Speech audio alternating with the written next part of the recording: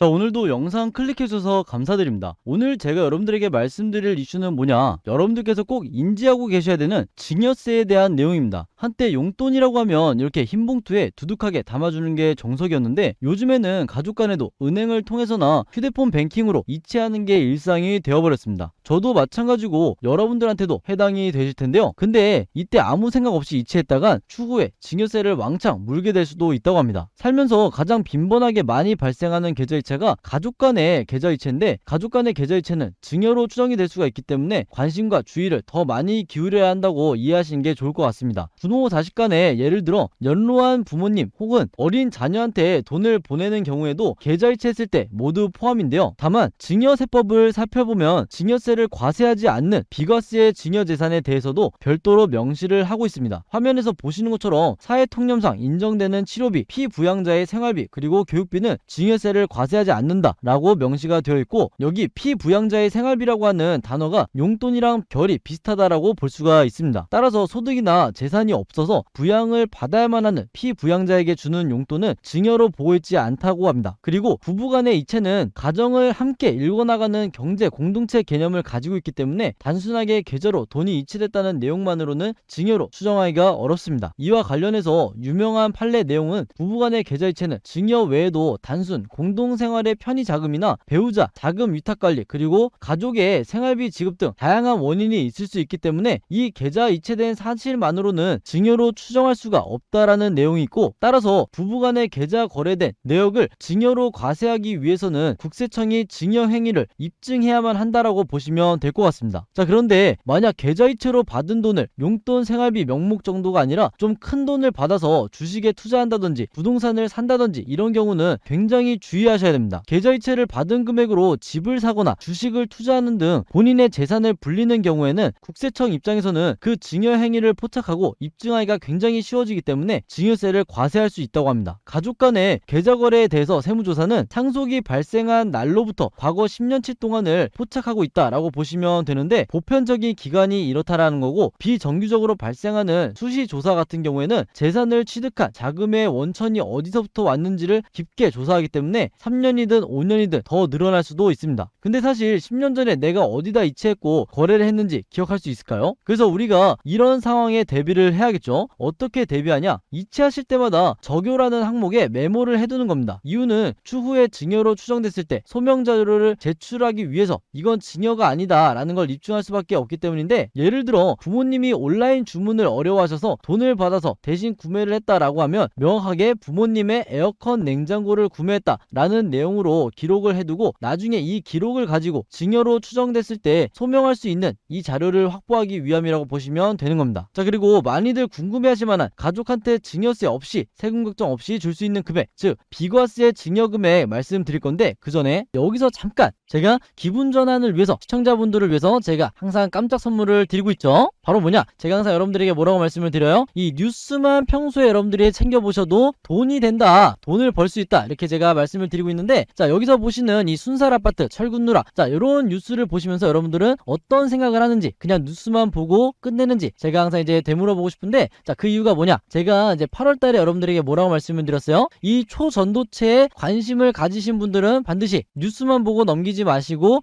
투자 쪽으로 생각을 해보셔야 된다고 말씀을 드렸어요. 그래서 이런 썸네일 아마 이제 많은 분들이 이제 뉴스를 통해서 보셨을 텐데, 이런 초전도체가 이슈가 됐을 때 우리나라의 부자들은 어떻게 생각한다? 초전도체 관련주는 뭘지 이렇게 자동적으로 생각한다고 제가 말씀을 드렸어요. 그 이유가 뭐냐, 부자들이 봤을 때는 사회적 이슈는 곧 돈으로 직결이 되고 그만큼 돈이 몰리기 때문에 부자들이 항상 이런 사회적 이슈 뉴스를 챙겨본다, 이렇게 제가 말씀을 드렸는데, 그리고 관심을 가진다, 이렇게 말씀을 드렸는데, 자, 이번에도 마찬가지예요. 제가 그래서 지난번에 시청자분들과 함께하는 이 주식으로 수익 내기 이벤트를 진행을 했었죠. 당연히 항상 무료로 진행을 하는 거고, 자, 여기 보시면 아시겠지만 제가 지난번에도 저에게 구독이라고 문자 남겨주신 모든 시청자분들에게 이렇게 초전도체 대장주 가능성이 높은 딱 한 종목, 신성 신성 델타테크를 여러분들에게 추천을 드렸어요. 그리고 보시면 아시겠지만 매수가 얼마대에 매수해야 되는지, 그리고 목표가 수익률 몇 프로 이상 달성하면 매도를 해야 되는지, 이 부분까지 여러분들에게 알려드렸었는데, 자 실제로 어떻게 됐다? 오른쪽에 보시면 아시겠지만 제가 8월 초에 문자를 드리고 나서 이 신성 델타테크를 소개해드리고 나서 어떻게 됐다? 실제로 무려 한 달도 되지 않아서 이렇게 주가가 3배나 급등이 나왔다. 그래서 이때 당시에도 굉장히 많은 분들이 제가 드린 이 종목으로 이제 수익을 내실 수가 있었을 텐데, 다시 한번 축하드린다고 말씀을 드리겠고, 자 이번에도 마찬가지요. 최근에 이슈되고 있는 게 이 순살 아파트, 철근 누락, 자 부실 아파트, 자 요런 부분이기 때문에 우리가 어떻게 생각해 볼 수가 있다? 앞으로 이제 더 이상 이제 시공사들이, 그리고 아파트를 짓는 회사들이 철근을 누락할 수가 없을 거예요. 워낙에 이 감시망이 강화되기 때문에. 그 말은 뭐야? 철근에 대한 수요가 늘어날 수밖에 없다. 당연히 우리가 이쪽으로 생각을 해야 되는 거고, 자 그렇기 때문에 제가 이번에도 뭘 보내드린다? 지난번과 똑같이 구독이라고 저에게 문자를 남겨주시면 제가